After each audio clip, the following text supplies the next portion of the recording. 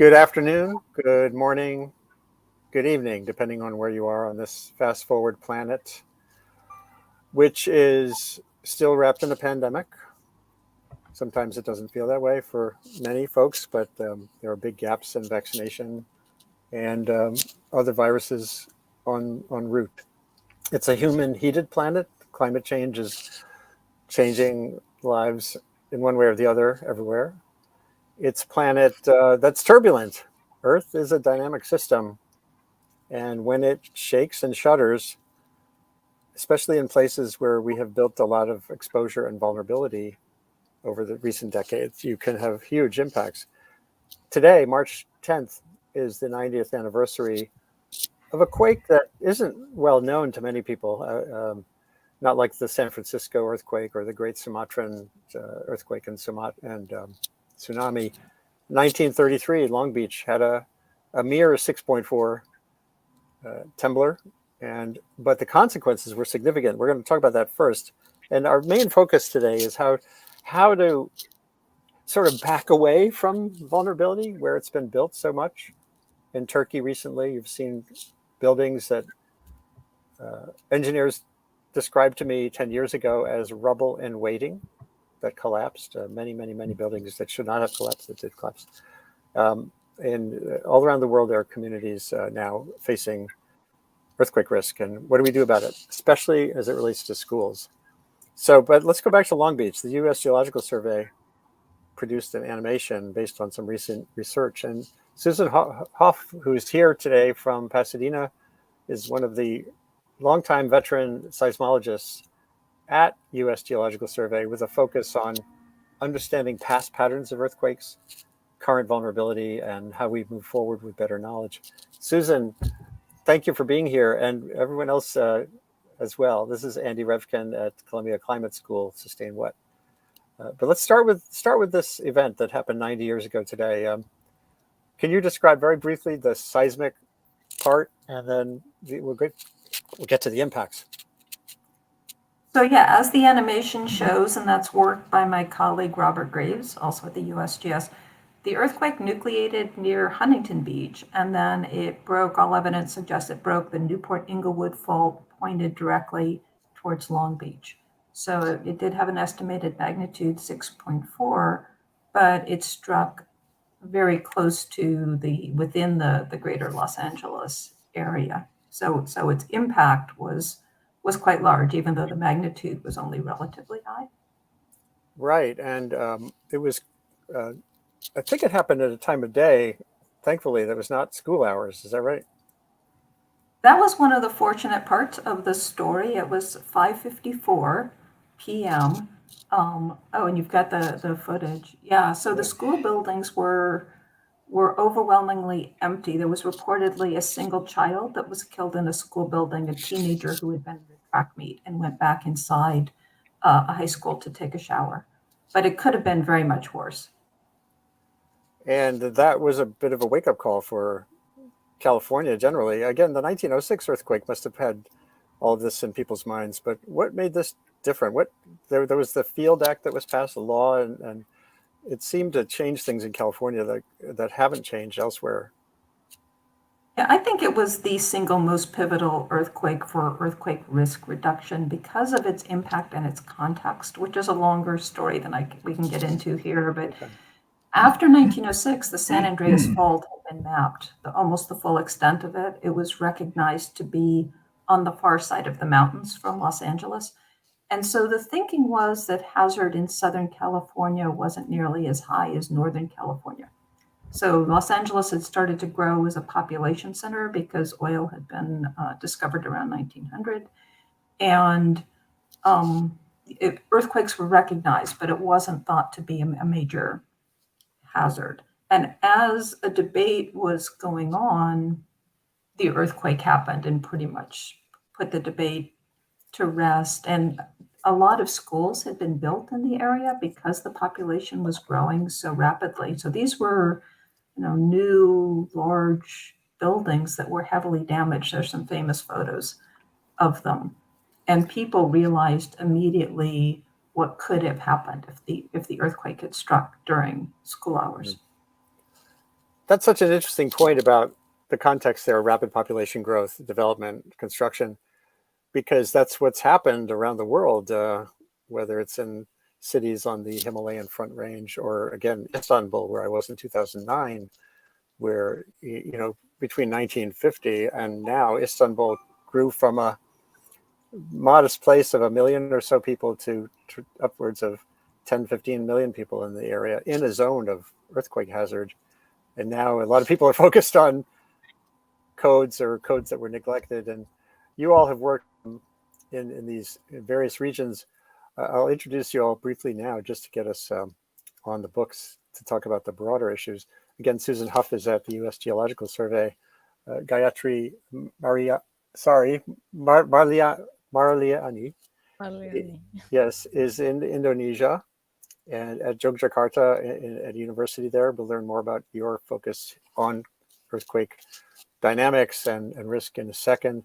Gary de la Pommeraye, I first talked to you when you were, it must have been 2004 or maybe earlier, and you were focused, you were actually active in the earthquake rescue operations, and now you're focused, you're in Nepal, focused on rapid warning systems and much more. We'll learn from you too. Yume Wang was the geohazards lead for the state of Oregon when I first talked to her. And Yume, I remember sitting in a building in downtown Portland talking about the Cascadia threat, this fault that's unlike California, where you have this sort of drumbeat of seismicity. It's an area with a quake that seems to happen every 300 years or so. And we're sitting there in a building and you're saying, oh, this is URM. And what's URM? You all know it. Lizzie Collins at Build Change obviously knows what URM is. Could you just state the... Yeah, URM, unreinforced masonry, which of course doesn't do very well in earthquakes. So no, so we're sitting there in Portland talking about this, imminent on geological timescales threat and in the building that I hadn't thought of as being vulnerable. So there we are. That's kind of the overview. Maybe we'll stay on the West Coast just briefly.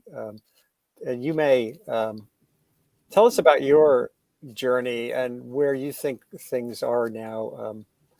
As I said, California had a wake-up call, has had enough quakes, Northridge, et cetera, that building codes and the like seem to be heated. But in the Pacific Northwest, there's like a different rhythm.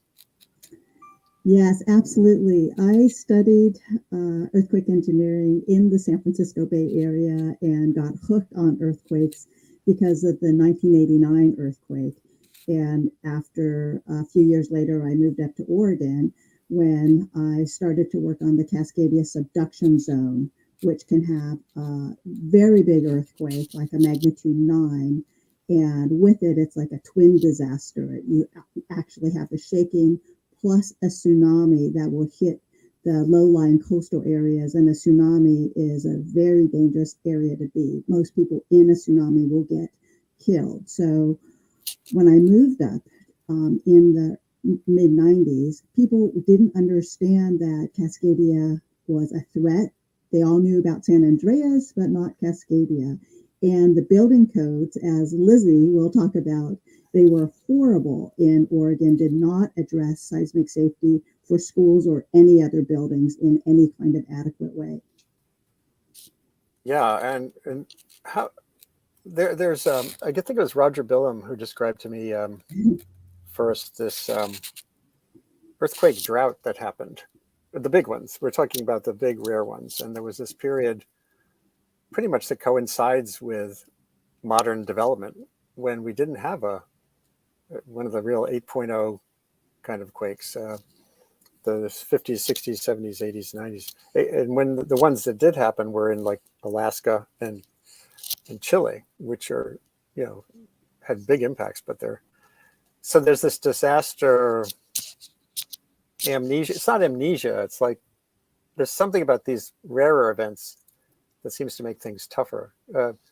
Maybe Lizzie, you could talk about that from the context of what Build Change does. And yeah, well, Of course, yeah. So Build Change is a nonprofit social innovator, and we work. Well, our mission is essentially to protect people from the collapse of housing and schools around the world due to earthquakes, due to climate-related hazards, and fire.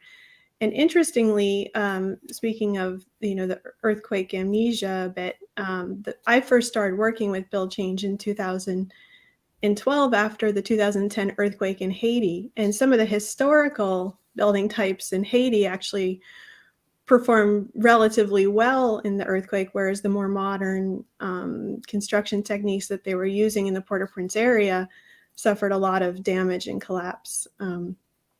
I first got interested in Build Change's work actually after the 2008 earthquake that happened in Wenchuan, China, where, speaking of schools, I think over 7,000 school buildings collapsed in that earthquake. And as an earthquake engineer in the Bay Area at the time, it really just was sort of juxtaposition to see all of the regulations and things specifically tailored towards schools that we had in California, and making sure that they were safe compared to, this massive amount of buildings collapsing in that earthquake. And that really, around the same time, I found out about Dr. Elizabeth Hausler, who's our founder and CEO, and got interested in Build Change in their work.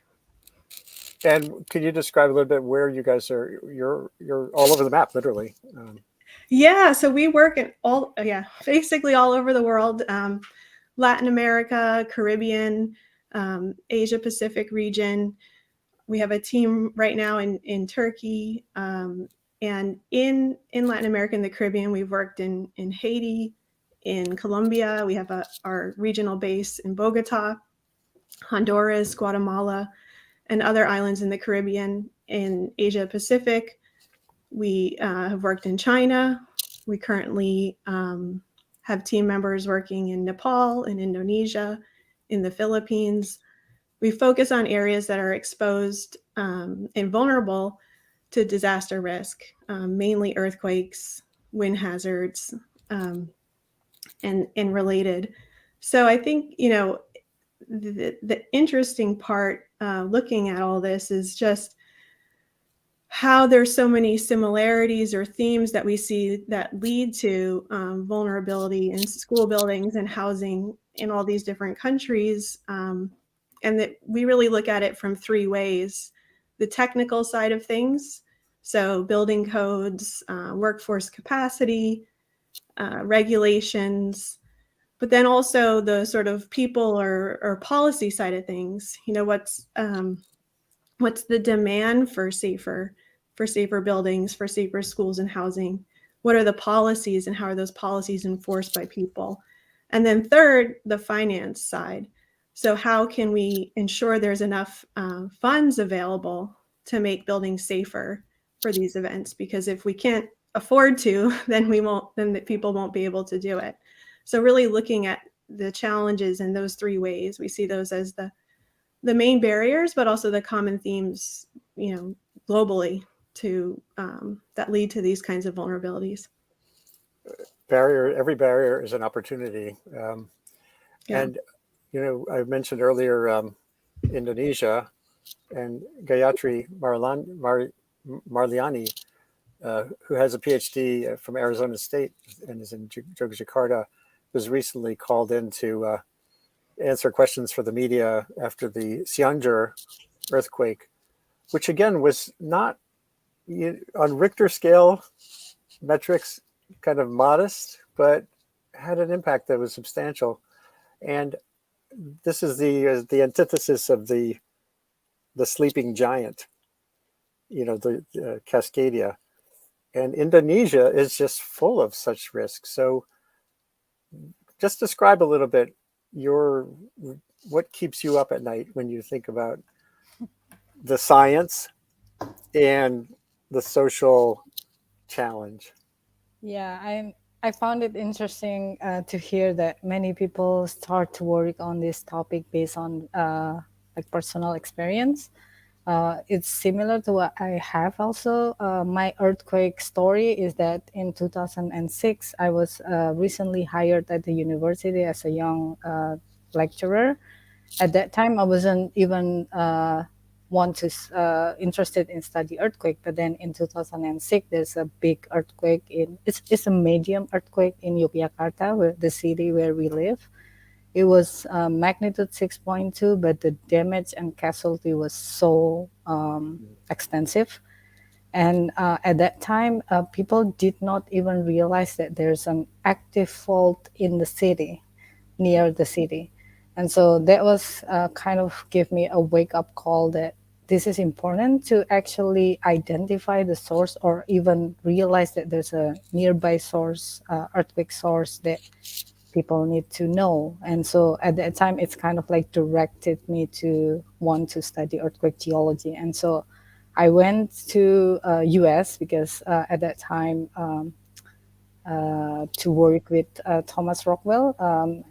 He's a paleoseismology, a well-known paleoseismology in US. And so I work with Tom, try to gain knowledge as much as I can, and then continue to Arizona to study even more, getting exposed to the earthquake geologist community in the US, which is proven like very well known, and you have lots of faults, active faults that I can also study there as well. Right. Then Sure. and so it's kind of like, yeah, the story is always like start with an event, and my event is the Yogyakarta earthquake. And there are many, that Indonesia is like, yeah, we are in a age of like many plates that interact, and so many active faults, and sadly, not all of them are well identified, and so it's a big challenge to be working in this. But I think it's well worth it. And that's so, yeah, this idea of, I guess one of the challenges, we could all talk about this, is when there's uncertainty, Yeah. what are some of the general principles you can move forward with? I think what Lizzie is working on with housing design, and I'm going to show a video later of architects in Indonesia who are working with a school design that has multiple values. It's resilient, it's got good lighting. Is this a time for just a general investment in resilient local construction? In general, in Indonesia, you mean? Yeah.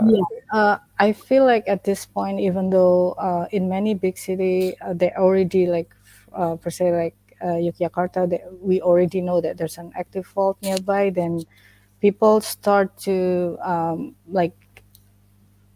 making the forward building better, but actually to reinforce the like in other city that we know the risk, but in Indonesia is more into the respond to the disaster rather than investing on the like preparation to make the building safer. And so I think it still need lots of work to be done in that part. That's what I felt right now. So as I say, like the source is not well identified, but then even in the well identified source, it's still like not as much as I want. No, I think you all, I wonder sometimes, and some of my climate colleagues too, how do you keep moving forward facing a situation where I think you all feel like you're racing to catch up with a growing problem? Maybe let's just do a quick round on that. Gary, you may be the older person here among us. I'm 67. So how do you keep at it? And you're in Nepal right now. We can talk about Nepal too, but I'm going to ask each of you. Okay. I'm getting part of your speech, Andrew, and then it loses. Just repeat your question. If you want you've been at this for decades. Okay. And what keeps you going? Okay. Well, I'm for 15 years. I was a search and rescue technician. So having gone into earthquakes in different parts of the world, to try and pull out survivors, and obviously the majority you come across as bodies. So I see the consequences of it, which is very distressing. And that my 15 years with search and rescue overlapped with me getting involved in being proactive within the UN and UNISDR from 2005. And we decided that, you know, there was a group of us, a small group at the time, who developed the Coalition for Global School Safety. Not that work wasn't done before, but, you know, it was decided we needed a bigger collaboration. And Ben Weisner, Mala Patel, Manu Gupta, and a variety of others. There was, I suppose, 5 or a dozen of us. And at that time, it was actually difficult to convince governments that schools ought to be prioritized. Now, 15, 20 years later, we take it for granted. But at that time, we were educating, but then deciding that, you know, in 2005, we had the Muzaffarabad Kashmir earthquake. We killed 18,000 children in 30 seconds. It was 10,500 children in the Sichuan earthquake in 2008. You know, it just wasn't acceptable. So I decided, you know, we needed to make change, and there was a lot of us who decided that as well. And that's why the UN went from being reactive to being proactive. And I suppose what keeps me going is the fact that we still haven't reached our goals. We have the Sendai framework. We've got a target for 2030. Are we on target? I don't think we are anywhere near. And are the schools getting safer? Out of 8,000 schools, we got 300 retrofitted in Nepal. The answer is no. We're not getting anywhere near the target which we should be doing, or should be achieving. And that's very. I become despondent by that, but, you know, it urges me on to do more. Just recently, we've initiated a schools program here for something totally different, which is water resource management. It's another area of my sort of specialism. I don't like expert, but specialism, and within the Kathmandu Valley. And the first 4 schools we've entered do not carry out earthquake drills, or even fire drills for that matter. And, you know, I've got over 1,500 schools to cover within the Kathmandu Valley. And that makes it really interesting, because the lethargy and the short memory is amazing. Is just, yes, well, we did do some drills after the earthquake when we got back to school in 2016, and, you know, but 6-7 years later, it's fallen by the wayside. Very frustrating. But I'm now tagging the DER side into our water approach, because it's about saving lives, and especially our next generations, our children. So I'll touch on just a couple of other points. You know, it is the lack of training, you know, and we can see that in Turkey as well. But and Turkey was very lucky, because it was a 4 a.m. earthquake, and even the second one that came through was sort of in the evening. But, you know, they had their 2 earthquakes in '99, and our team, International Rescue at that time, who I was with, we actually sent guys out there to train the Turkish search and rescue, the new Turkish search and rescue teams, train the trainers we did. And but that doesn't cover the whole country, and that's the problem. This was very much further to the east, and we've seen, you know, many countries, they concentrate on maybe their capitals, but, you know, we forget about our rural environments and our very, very fast growing conurbations. Kathmandu is one of the fastest growing cities in Asia at the moment, at 3% per annum. That is frightening. It's frightening, one, because we don't have the water resources. No water comes in from outside the valley.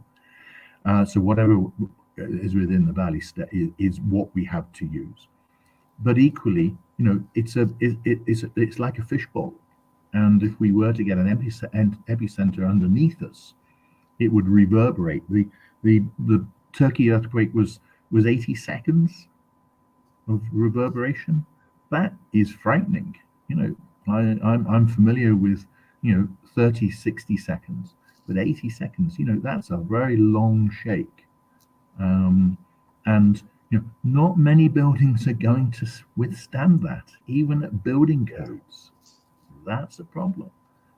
So therefore, what other options have we got? One is training, but two is early warning. And I hope I'll touch on that a little bit later if I keep my internet.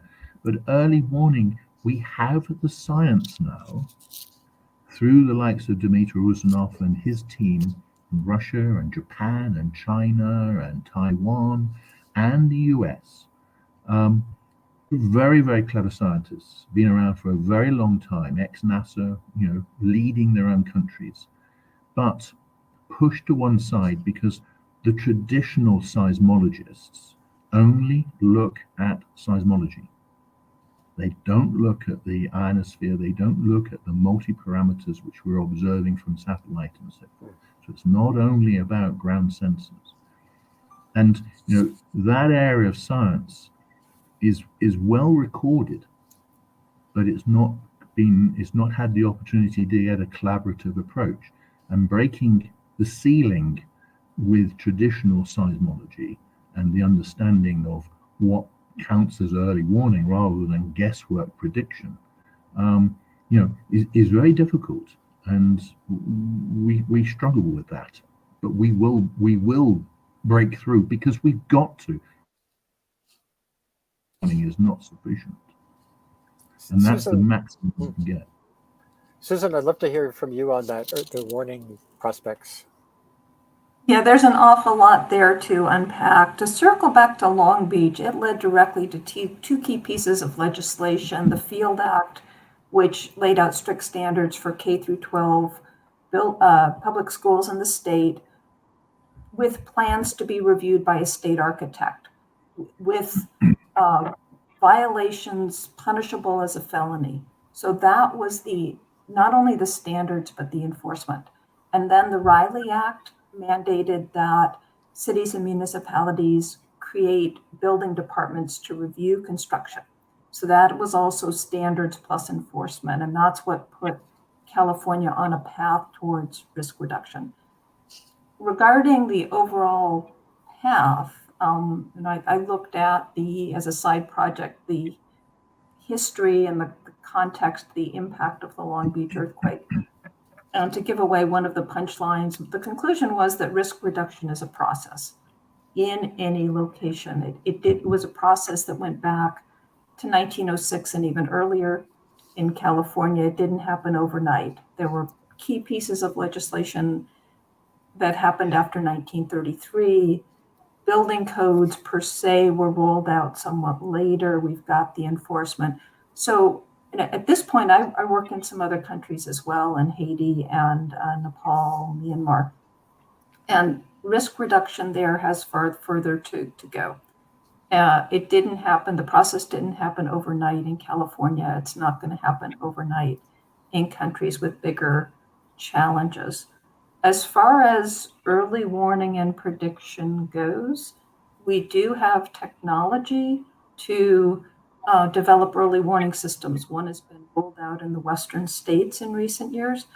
It utilizes a very sophisticated computer network, but as a traditional seismologist here, the focus of the field is on building safety. Even if you can give people a few seconds warning, your building has to stay standing. Or if you get 10 seconds of warning in a high-rise building at 2 o'clock in the morning, that warning isn't going to help you much. So the key for building and life safety is really the construction standards, understanding how the ground is going to shake and making sure the built environment is prepared for that. In terms of short-term prediction and actually figuring out that an earthquake is going to happen before it happens, there really hasn't been any headway made on that. There's been an awful lot of research, an awful lot of promising results going back decades. And there is no reliable short-term prediction. If there were, we'd know it. Someone would have a website and be putting predictions out, and it would be clear that they had a method. And yeah, there's lots of claims, but like the commercial said, where's the beef? Where are the predictions that have really demonstrated a track record? Mary, I sense you want to respond. Oh, Gary, could you hear me? You're breaking. I'll just come back to Susan on that one. And very respectfully, yes, you're quite right that no one's putting it up on a website. We can't do that because that would cause chaos. It has to be under the control of the sovereign state. Okay, and that's one. And I'd love to sit with you, Susan, and get a good internet connection and have a one-to-one on that, because I've been working on this now for 15 odd years, right? Understanding early warning messaging, how we actually implement that, and the great difficulty is that you have to have intelligent information, but you have to have a trained society. All right. Okay, let me jump back in. I'm sorry. Yeah. Go on. I just wanted to jump back in because there are two different issues. There's early warning where you detect that an earthquake has started and get a warning to people that may be a few seconds, a few tens of seconds. That's based on established science. It's a logistical challenge that's not trivial. Then there's earthquake prediction and actually being able to tell before the fact that an earthquake is going to happen. And that's where there just hasn't been any real headway. Early warning is feasible. I'm not questioning that. Okay. Well, again, we can educate you on that one. But again, it's not necessary to have it in open forum. But if we look at the lithosphere, atmosphere, ionosphere couplings, we're concentrating on what we're observing from satellite as well as ground sensors, and that is where we're beginning to understand the genesis of the earthquakes, which are happening and beginning to happen weeks to months in advance. And this is really, really very interesting, groundbreaking stuff from solar energies triggering the events. And I think without going too much into the science, we have shown over the last 4 or 5 years, and even more so more recently in the last 2 years, 3 to 5, 6 days of assured early warnings. All right, we need the ground sensors in place to give us the guarantee. Yeah, I'm being cut out here, I think, by my end. No, we could hear you. I think we're going to leave that topic for a we future. do have this ability to provide 3 to 4, 5 days advance notice of the location, the time of the event. So it's.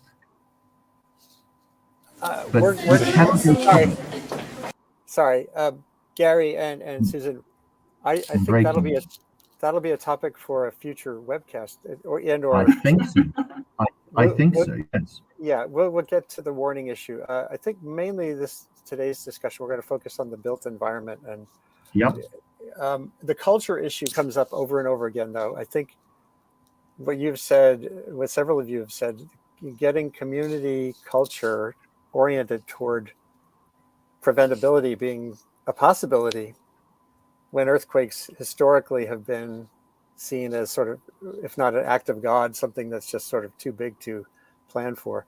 When I was just going to shift the focus to schools, I'm just going to show you something. When I was at a school in Istanbul in 2009 that was being retrofitted with some World Bank money. This was just a little quick exercise that was really fun, and it gets us on that track, and then we'll go on.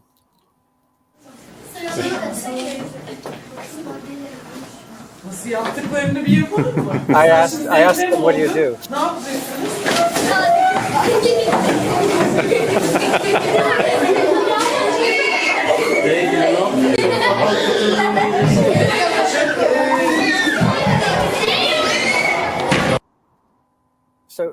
So let's just shift back to schools and building design and where we go from here with that. You've all been involved in public education on this, Susan, through your work at the interface of seismology and society, Gayatri, for sure, in Indonesia, making sure governmental agencies, but the public generally understands the landscape under our feet. You may, through all the work you did in state government and now at Portland State, and Lizzie, the Build Change project, and Gary, the work you do as well on understanding warnings and what can be done. So let's get into that next portion of the chat. Lizzie, are there general principles that work in whether you're in Haiti or in Kathmandu when you're thinking about affordable, sort of organically acceptable solutions?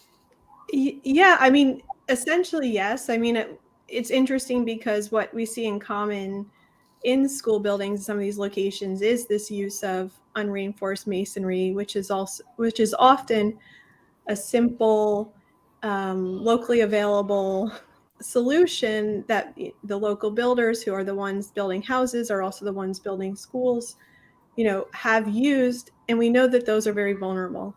And to fix those buildings, it also doesn't necessarily require a very complex solution. So there are ways to address, under reinforced or unreinforced masonry schools so that they can be adequate for earthquake events. For example, in Indonesia, Gayatri was mentioning the existing buildings and how there's still some vulnerability in existing schools, although in many urban areas, newer schools are being built better.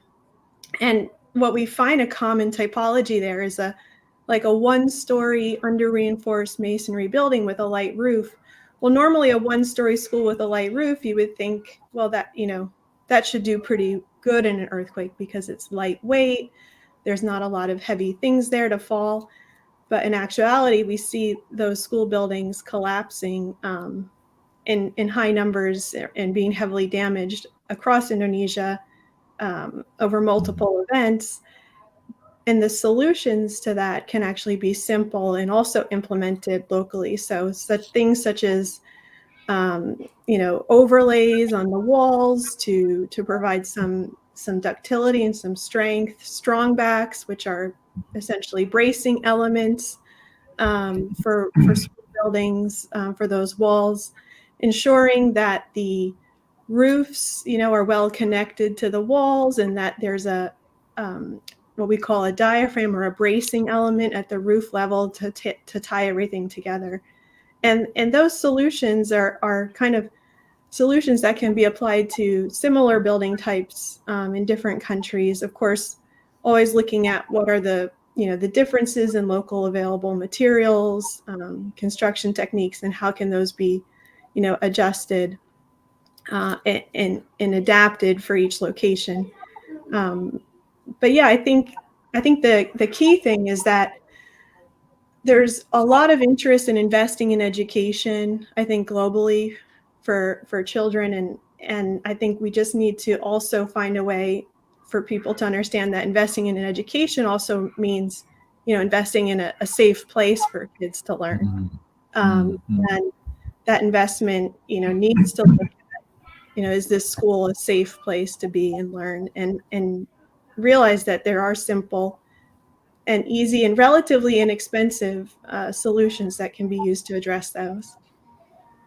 for sure. How does that register? You may thinking about the work that's been done in Oregon and elsewhere. It's a different landscape in some ways, but similar in other ways. Yeah, absolutely. I think that what Leslie was saying is, really, there are the technical solutions are there, and it's important to marry in policy and finance. And so, what we were able to do in Oregon is, and Gayatri, I completely agree. The new schools are going in better, but how do you get to fix the older vulnerable schools that are existing? It's really challenging to go in and fix the older schools. So, coming up with ways so that you can do the fix over perhaps the summertime when school is out, or in big cases, shifting the students to a different local school to do a larger construction project might be necessary. In Oregon, what we did is when I chaired the Earthquake Commission for the state of Oregon in the 1990s, we had 18 people on there, and some were from the public, and some were from state government, and some were from the industry. And we decided to focus on schools, public schools, because we send our children there and they should be safe and come home every day, even after an earthquake. And we also focused on emergency response facilities because they're the safety net for our communities in disasters like hospitals and fire and police stations and such. And so we first mandated that schools should be safe. No children should be going to schools in collapse prone buildings. And it was about a 10-year process to get the funding and program in place so that it wasn't an unfunded mandate for the schools, but the state government would actually help pay for dangerous, unsafe school buildings to be retrofitted. So that program has been going on very successfully for over 10 years now. And we think that we have steered the ship in the right direction, where our schools in Oregon are all becoming seismically safe and children are safe. And we're actually moving towards other issues, ones that Gary mentioned. Water. After every major earthquake, you have power outages, you have problems with water scarcity, there are fuel shortages for search and rescue, for powering emergency generator at hospitals and so forth. So we're getting to some of these other more complicated lifeline infrastructure to make sure that those services are available for the community. That's really important. What you're all describing kind of a systems approach to the problem and the solutions, which is vital, and it comes up over and over again for me, and whether it's climate resilience or public health. These are all systems problems. That requires a lot of crosstalk between agencies, between expertise, between communities to build the trust in a long-term process. You all are you have just different disciplinary backgrounds and different life journeys. How do you find that challenge? How do you overcome that challenge? Because this is everywhere. Gayatri, when you think of you have architects, engineers, seismologists, you have competing interests. Someone who says, "No, this is a waste of money." How do you navigate that? And we'll go around a little bit on that question. Right. So also, I also like to point out that the what Lizzie just said, that every technical design or every technical prototype that work in one place doesn't necessarily will work in other place. For the case of Cianjur earthquake, it was the reason why it's so extensively causing lots of damage is actually because of the topography of the area. It have very thick soil, and then when you check the amount of soil with water contact, like, because it's during rainy season, and so every land is like soaked in water, and then when you shake that, even with a not necessarily like a huge one, then everything just like landsliding happen, collapsing happen. So even if you build something that resists on the shaking, but it's not resisting on the, like, the withstanding the slope failure, then it won't also work. And so I think like adapting to every site specifically, using like all kind of other knowledge, like geology will provide insight on that, and then the design from the architect will then using the information to like better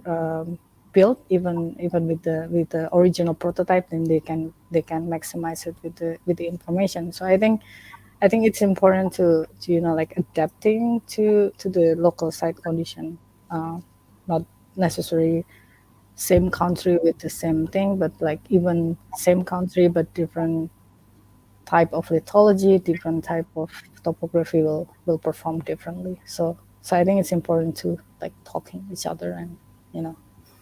And Susan, how do you cross bridges? You're very active on Twitter, Seismosu at Seismosu, but what does that feel like? Have you seen Lost everybody. instances of where you can cross those boundaries more easily? What makes a difference? Yeah, that is obviously a huge challenge, and that's, this process of risk reduction. There's different roles that the people play, and to some extent, science may not be necessary. We could just go out and build appropriately, and buildings would withstand earthquakes. But the role of science is to really understand the risk, how strong is the ground going to shake, that directly informs the building codes, but then also to communicate what the risk is to arrange a cross section of society. So the public officials, that's part of the role that science plays. So there's the science communication is critical really at all levels. And then the more technical results feed more directly into this ongoing process of a risk reduction. So yeah, there's a lot of different roles that get played that move this process forward. And you've all talked about kind of a sustained engagement with communities too, which is, to me, the issue there is scale. How do we do that? Indonesia has 16,000 islands, each one of which has hundreds, if not thousands, of communities. The United States has 19,500 communities. The United States has a map that includes earthquake risk in Tennessee, as well as California. So is there some tip or some idea that comes to mind when it comes to spreading this capacity for resilient construction, preparedness? Yeah, well, I can jump in. I mean, I think that we look at it, Build Change kind of in two ways. I mean, there's that community level, and we really need to get schools retrofit, and through that process, educate the local builders who will be able to, apply those practices when they work on other schools in the future, and also engage the school community in terms of understanding, the risk and the awareness around the risk and some of the key elements of the construction. A lot of times they mirror, the school construction can mirror closely housing construction and vice versa in some of the areas where we work. And also educating the students too, early education on what's being done to their school and why it's important. And so that's that local level, kind of, I guess, deep dive there.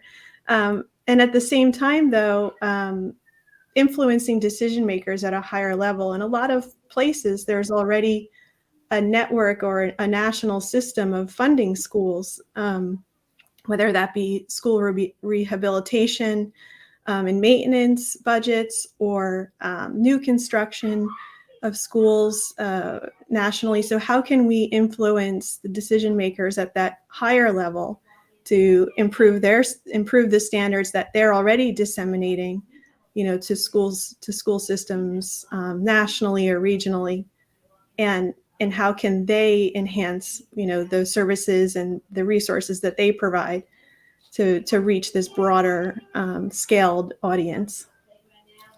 That's great. Yeah, again, there's several layers then.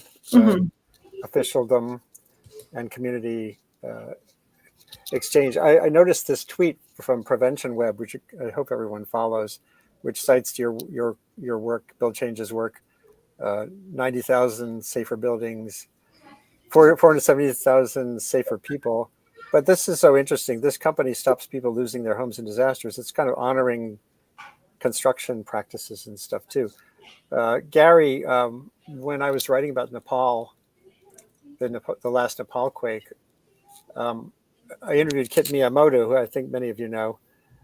He was there doing a post-earthquake assessment, and he saw some really promising signs in the wreckage of buildings that were being built the right way, where the rebar was being set up the right way. Just stepping back from your specific work, what's your sense of, is the culture of construction in Nepal shifting in a promising way, or do you still think, are we in crisis? No, it is shifting, most definitely. There's no question about that. And as we've seen that we're training the trainers for the builders, so that's really, really important. And many good agencies are actually implementing that, like NSET and so on and so forth. And one of the challenges, though, is that gets access to the schools and that gets access to the new builds. Right. And my concern here is that I'm now, after 15, 17 years, dipping back into schools where I've been out of schools for a significant period, but coming back into it, I'm now realizing with our team that, one, we don't have a proper itinerary of all the schools within the valley, okay, let alone out in the countryside. But in the valley, actually the rural environments are slightly easier. Within the valley, we think we have upwards of 2,000 schools, but these are private schools, right? Primary schools, colleges, universities is easy, but we have a lot of international colleges popping up in the back streets. And I send one of my staff out, and she's literally walking the streets, discovering primary schools and private schools, and not on the map. And they are not purpose built. That is a problem. They are existing housing being taken over, because we have this, as I suggested earlier, we have this enormous population boom here, this economic migration, and for all sorts of reasons, into the valley. A lot of families and villages will spend all their money sending their children here into the valley for a better education. Fantastic, amazing. But the education system cannot keep up with it formalized, right? And that is a problem. So therefore, it's not the state schools that are absorbing, it's private schools, ad hoc buildings being taken over. That is a major, major, major concern. And, during this next sort of couple of years, we will be pushing forward with a full itinerary of exactly every school within the valley. And I'm only concentrating on the 2,000 or 1,500 schools we got within the valley. I can't go beyond that. But we need to map this properly, and then we need to sort of encourage some sort of regulation on retrofit and assessment.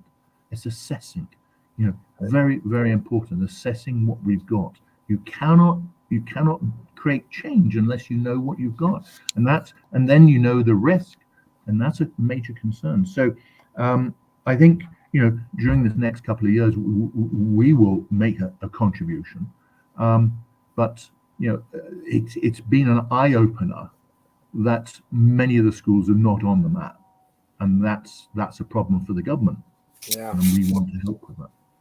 And I'm sure that's something that everyone working in developing countries recognizes, the backlog of schools. Just in India, on a separate topic, I was involved in tracking. There are schools where they meet underneath highway overpasses, the students meet outdoors under the highway bridge because there's just no room. There are no schools. There aren't enough teachers. That's a sustainable development challenge if there ever was one. I'm showing Haiti here too, right here, just so close to the United States. This was fairly recent, 2021. In that area that was most recently hammered, 70% of the schools damaged or destroyed. The backlog issue is a huge one. Susan, I know you've just recently done a paper on the 1770 earthquake in Haiti. And I mean, it must be so wrenching to wake up and think about the need. Yeah, so this was a recent study in 1770 was the last, we think, really large earthquake in Haiti. And the accounts of it are quite good, going back to the colonial period. It's very scary to think of a repeat of that event, which broke the fault system closer to Port-au-Prince, in contrast to 2010, which was centered west of that city, even though the damage was as horrific as it is.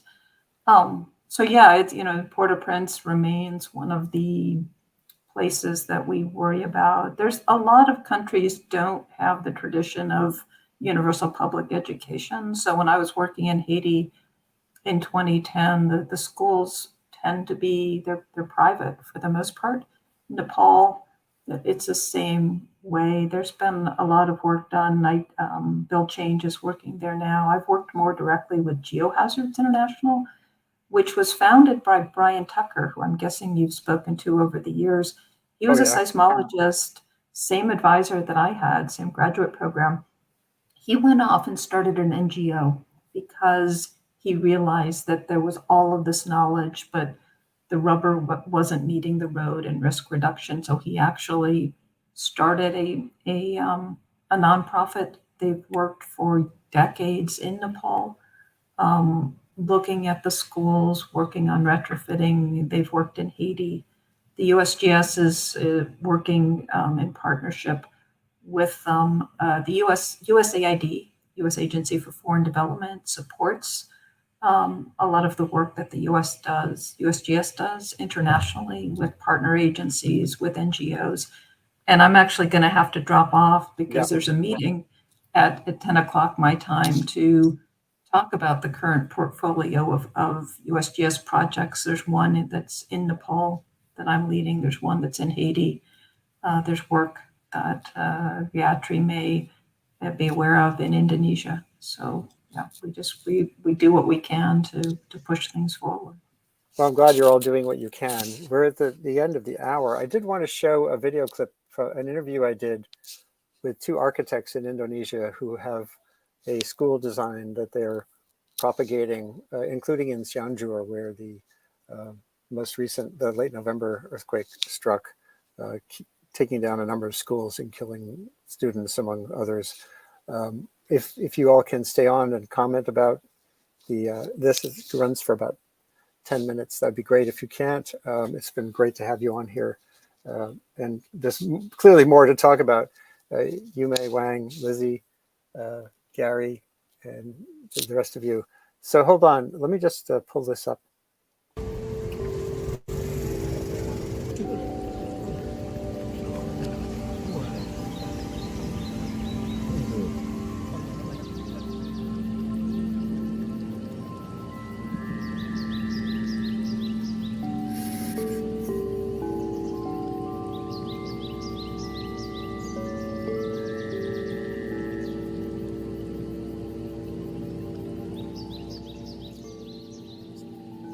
So these are modular school design that they've already installed in a couple of places.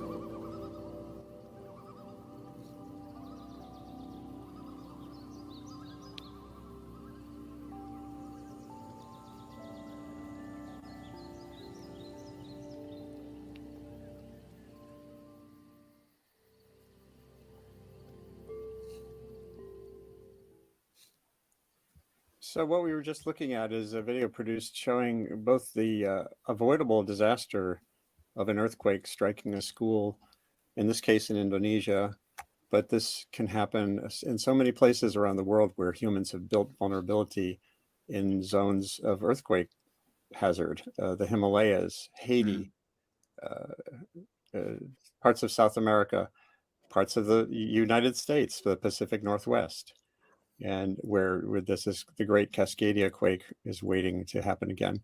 So again, this is Yandi and Paramita. They are husband and wife. They are architects. They are doing what I would call architecture for good. You know, not just building fancy houses for those of us who can afford them, but putting their talents to work in zones of danger like this. And what we just saw was from footage from Cianjur, the earthquake. That was a very modest earthquake in some ways, but had an outsized impact.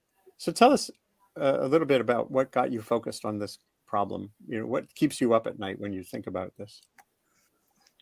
Yeah, actually, we already begin this initiative since the previous earthquake, which happened in Lombok in 2018. Yeah, so at that time, we are very concerned because everything have collapsed, and especially for the children. While we are safe in our home, they cannot go to school. They don't know where to live, and they live in fear of having the earthquake again. So we decided to take an initiative so that we think about the way that we can rebuild the school for the children in a short time as possible, so that they can go back to study after the earthquake. And what did you have to learn? You know, one thing I've seen as a journalist for decades is people rush in with really good ideas, but they don't fit with what a community really needs. So how did you start that process of saying, hey, we need better schools here and we need them in a hurry? It's really after 2 weeks after the earthquake, we go away, went away to the Lombok Island straight away actually, and we find out that everything is collapsed there. So because we are architects, so we know we learn some stuff about how to build a modular building, modular school, and sort of like that. So the idea is quite simple actually about the school. It's like having Lego components, something like that, and build the school based on that. So we have like classroom, we have like toilet, we have like a simple module that can be added anytime. And after that we contact all our friends, and suddenly it's comes together, and it's really 3 weeks after that we built one of the school, and then carry on until now. Hopefully we can, for the Cianjur there will be 5 schools. So actually, after our work in Lombok and surrounding area, we also not long after that, there is also some earthquakes in Central Sulawesi. So we also try to apply what we have learned from Lombok and try to see how the modular design can fit with this other situation.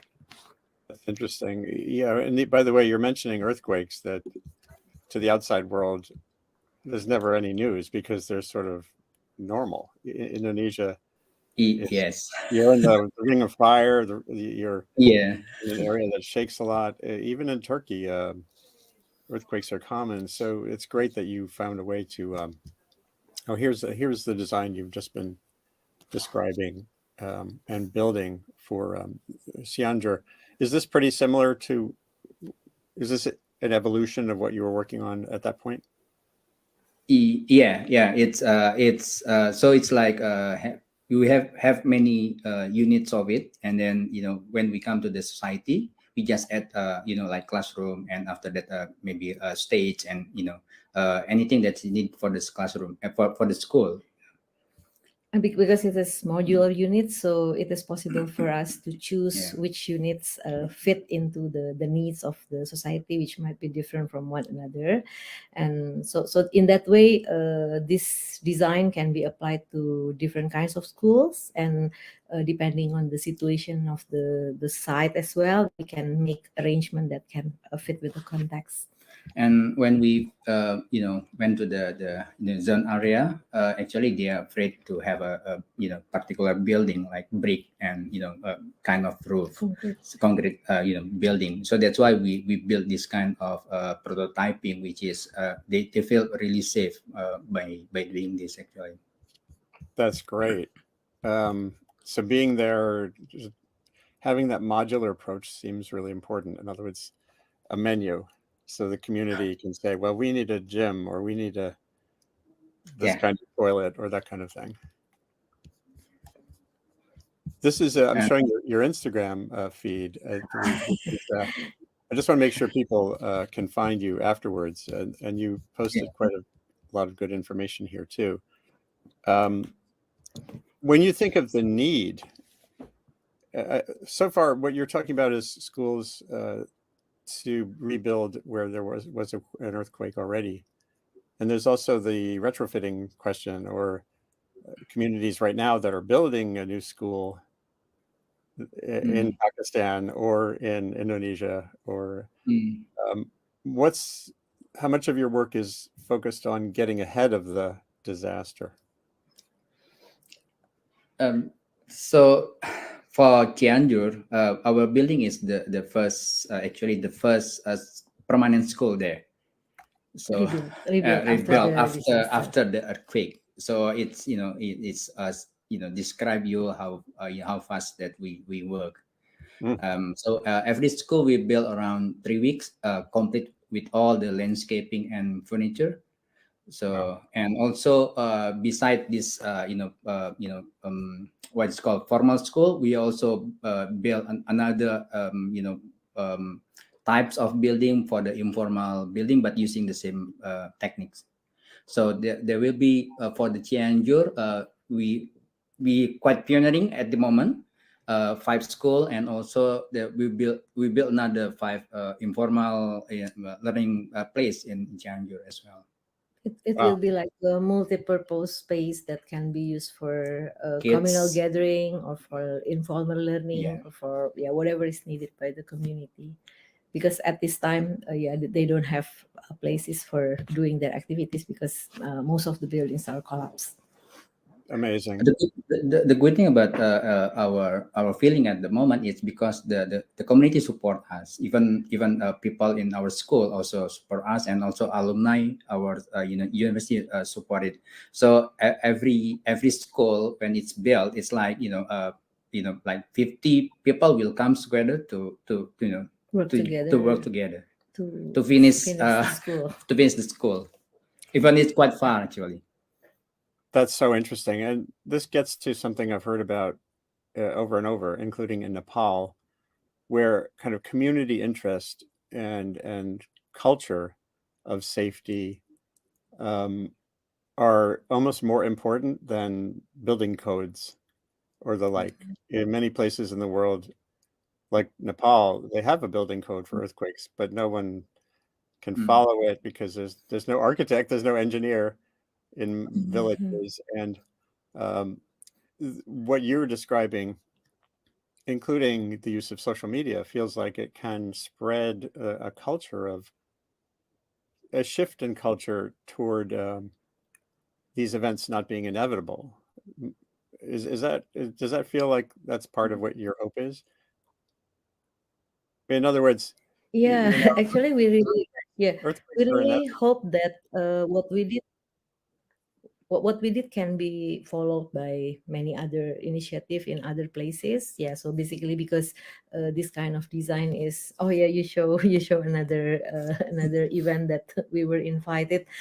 That's an event in Singapore. In Singapore, where we share our work yeah, so we really hope that by doing all this, by promoting this one, then this can be followed by other people, and also as a medium for learning by the society about what kind of building is safe for the earthquake. And yeah, because during the process we involve the community in the implementation of the project, so the people can start like doing it in other place, that they learn about how to do that as well. So we focus on the low technology, so everybody can do it in their home whenever easily whenever it happened in their place. Yeah, and that gets, I think, one of the challenges is getting across that while the earthquake is inevitable, the losses are not inevitable. Yeah. Is that part of what people understand when they see this kind of option? Yeah. I think we try to make the building like giving a message to the people about what kind of possibility that they may have instead of maybe what they had. So basically our idea here is not just replacing what has been collapsed, but we try to offer something that is better, and it's something not just the physical building, but also integrated with other possibilities of learning, possibilities what people can do in that as well. We try to improve, so people will think that after the earthquake they get better school. So rather than replace it with a temporary school, something not better one. So this is the better school before the compared earthquake. to before, compared to the one. Yeah. Right. It's not a compromise, and they can be more confident going forward. Yeah. And as I was saying it earlier, in almost every community, you would like to think of the school as a place people run to when there's a problem, not a place to run away from. And you're building that kind of magnetism. I think it's extraordinarily exciting to see this. Video 4. This is another island, another school. Yeah.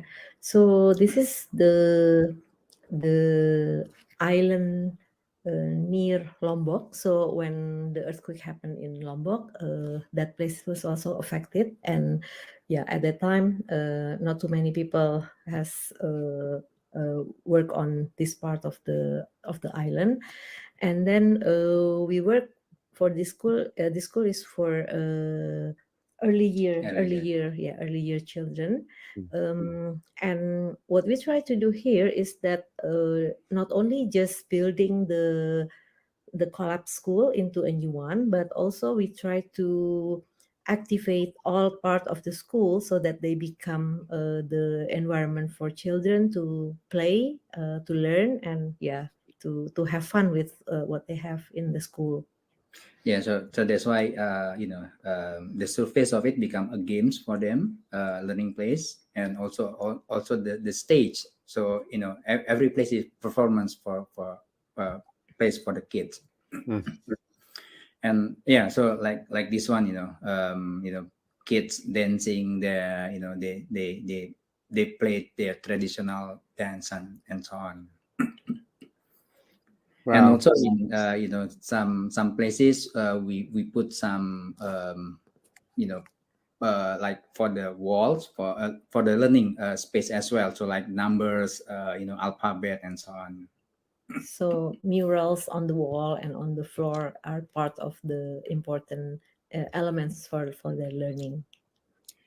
That's great. And again, there too, you have enthusiasm from the government for this project, I assume. Yeah.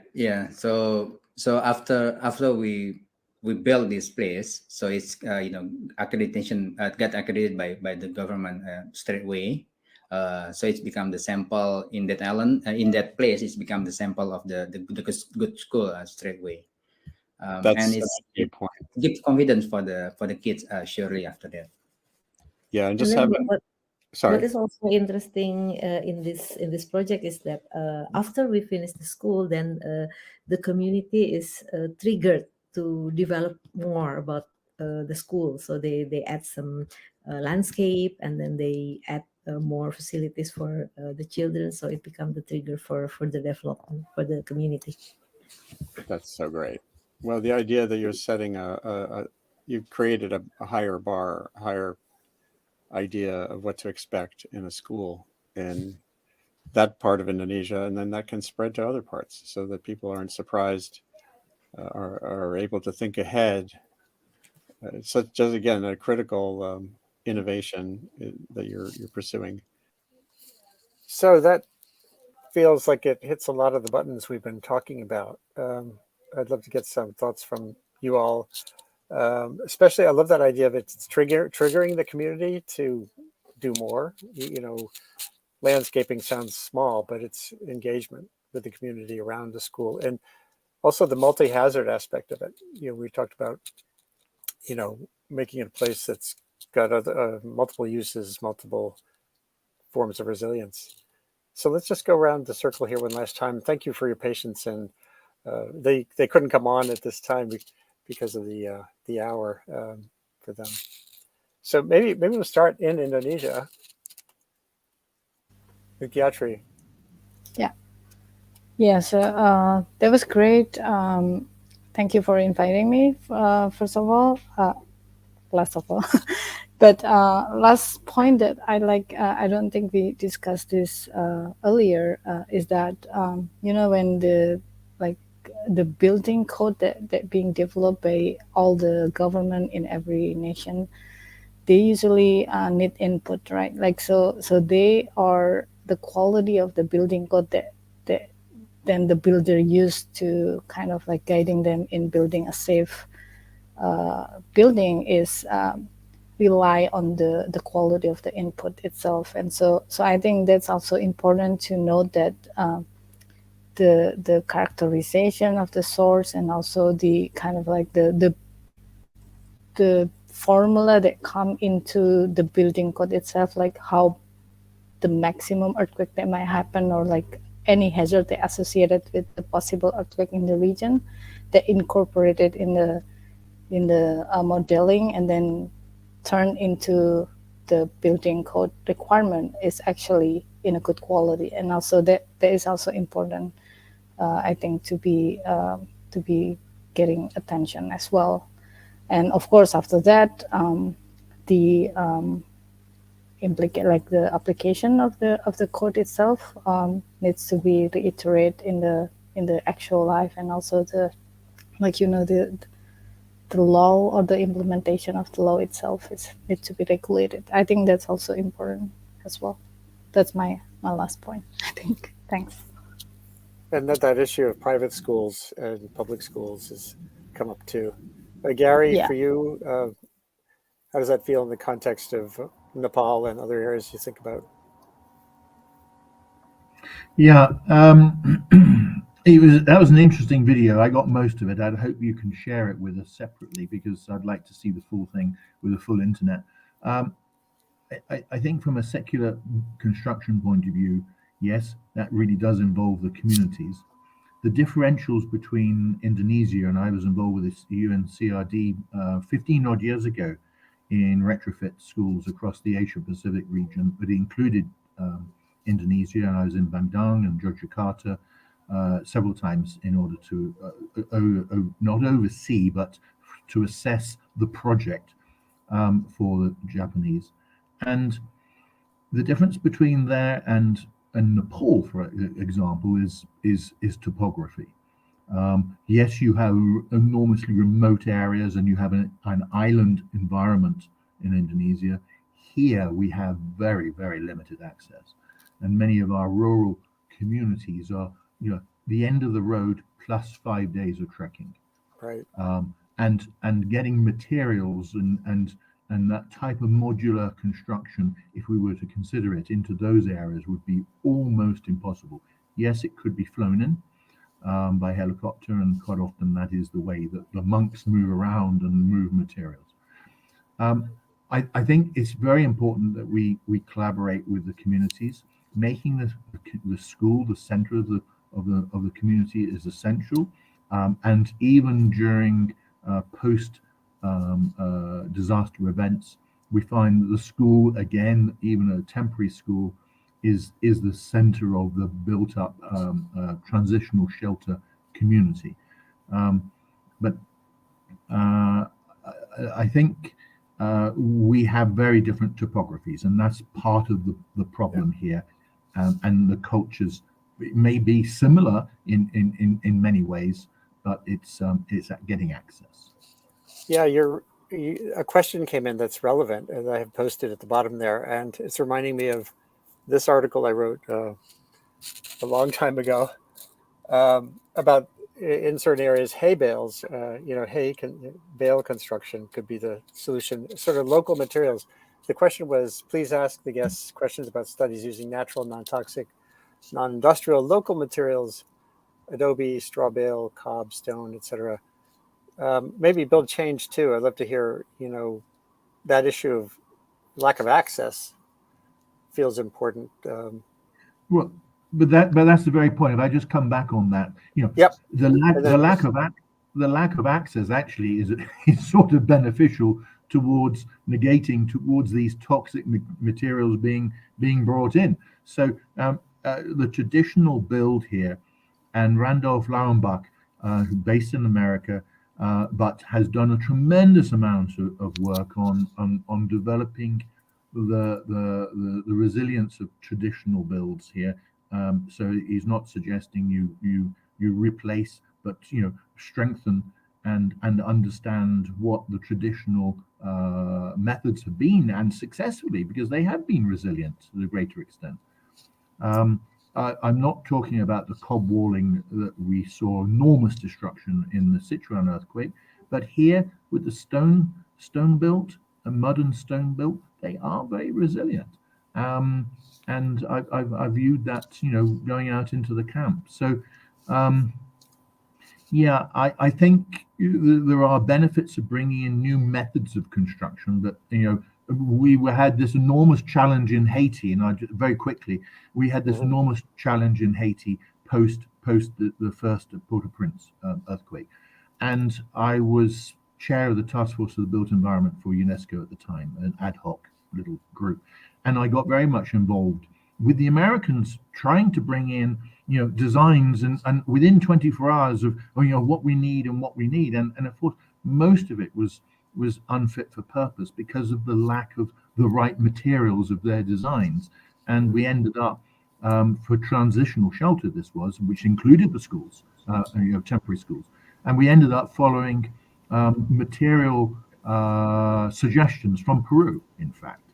But the initial first 3 or 4 days, 5 or 6 days, was a real battle with many, from just assuming that they had easy access to readily available materials from Europe and the US, which is not the case. So that's wonderful. Well, let's close things out here just with the last comment from Lizzie, Yume, and maybe one last word from Gayatri. So Lizzie, local materials, multi-hazard approach, scale. Yeah, well, it's very interesting with local materials, and what we found to be the most sort of effective means of creating resilience at scale is to look at a few different aspects. What's locally available in terms of materials? What are builders locally able to build? And also, what needs to be tweaked in those two, with those two existing conditions to build resilience? Because I think, the stone and mud masonry example, it can be very dangerous, or with certain detailing, it can withstand, earthquakes. And so it's really about those details and how the materials can come together. And also we find that using local materials, local practices, making those changes as needed is more sustainable in the long run from the sense of the practice continuing versus bringing in a lot of materials that are foreign or construction techniques that are foreign to the local communities, and then